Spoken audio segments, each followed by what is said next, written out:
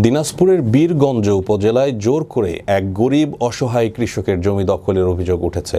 ৭ নং মোহাম্মদপুর ইউনিয়ন এর মণ্ডলপাড়া গ্রামের দীপেন চন্দ্র রায় জানায়, ৫,২৯০ দাগের ৫৭% জমি বাপ দাদার পৈতৃক সম্পত্তি হওয়া সত্ত্বেও ক্ষমতার জোরে জবরদখল করে রেখেছে দীনেশ চন্দ্র রায়।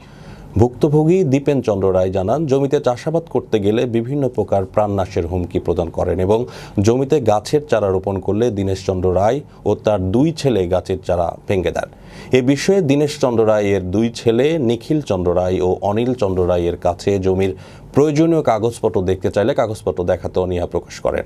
পরে বীরগঞ্জ থানায় একটি অভিযোগ দায়ের করেন ভুক্তভোগী দীপেন চন্দ্র রায়।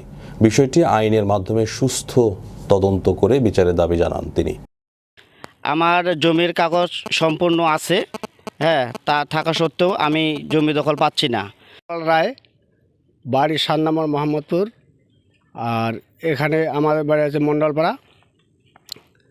আমরা গরিব মানুষ, আমরা দিন আনি দিন খাই, তাছাড়া আমাদের পয়সা নেই, কোর্টে যাওয়ার মতো পয়সা নেই।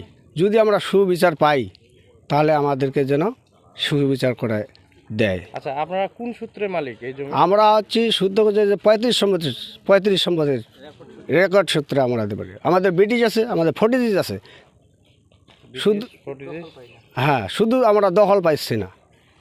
এই জন্য আমরা অভিযোগ থানায় দিলাম এবং সেনাবাহিনীকে অভিযোগ দিলাম।